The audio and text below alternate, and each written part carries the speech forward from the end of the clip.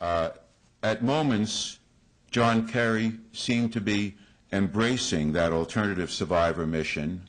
Unhappily, he never went the whole way with it, and maybe he and others judged it politically impossible to do that.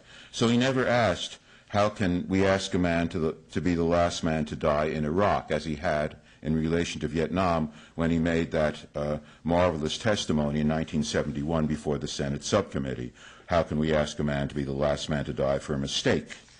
He almost said that the Iraq War was a mistake, but mostly he said it was bungled and done wrongly, and he never completely embraced the truth of the Iraq War, in my view, which is that the presence of Americans in Iraq is what creates the continuous violence, and the alternative survivor mission is the nobler one, in which we seek to leave in as responsible and quick a fashion as possible in order to diminish the violence in Iraq. There are more and more, so that's the alternative survivor mission, which more and more Americans are embracing. More than half of Americans now have grave doubts about the justification of the war in Iraq, even though many of them voted for Bush in the election because they thought he could protect them more.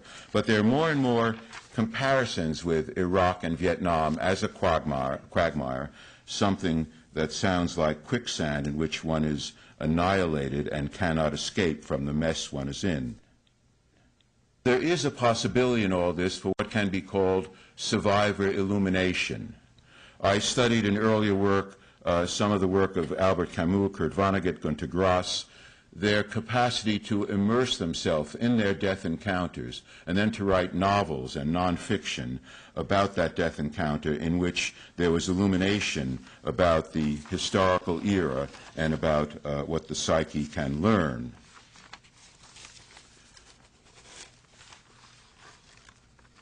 Gary Wills did the same thing in writing about Lincoln at Gettysburg, survivor illumination.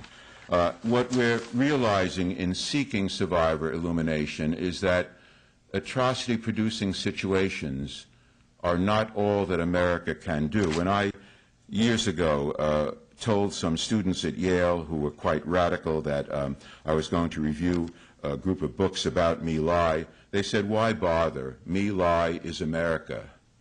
I say that My Lai is not America, Abu Ghraib is not America. We have descended to both of those, and we can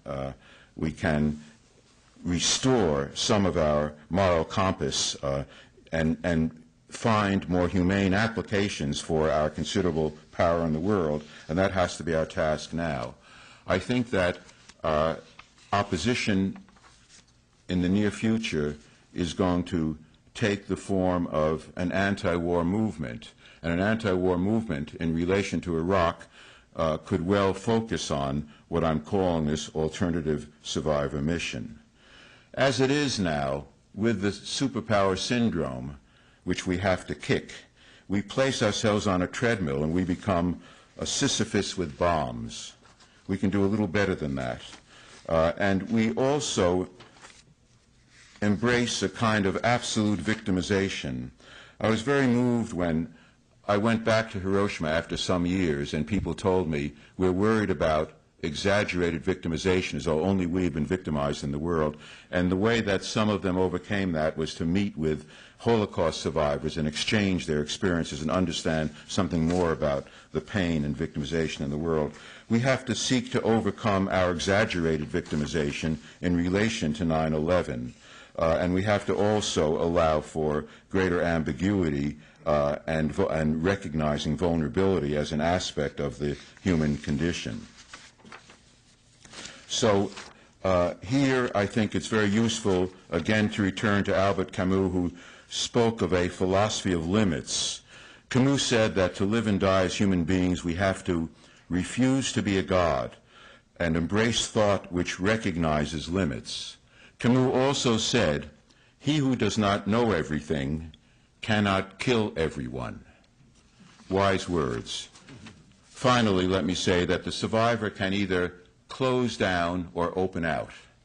In terms of post-9/11 survival and the other survivals that I've mentioned, we can close down with our numbing and fantasies of of revenge, or we can open out to seek some kind of illumination in terms of our own crises, in terms of the sources of our pain and the pain of others that we, in many cases, are inflicting. And we can take steps toward diminishing rather than increasing the world's violence. I'll close with two quotations. One is from Seneca, which is 2,000 years old and means as much today as it must have meant then. Power over life and death, don't be proud of it. Whatever they fear from you, you'll be threatened with. And finally, Theodore Rutger, the American lyric poet, in a dark time, the eye begins to see. Thanks very much.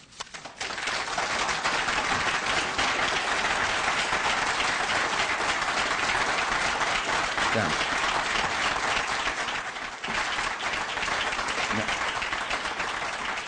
Thanks very much.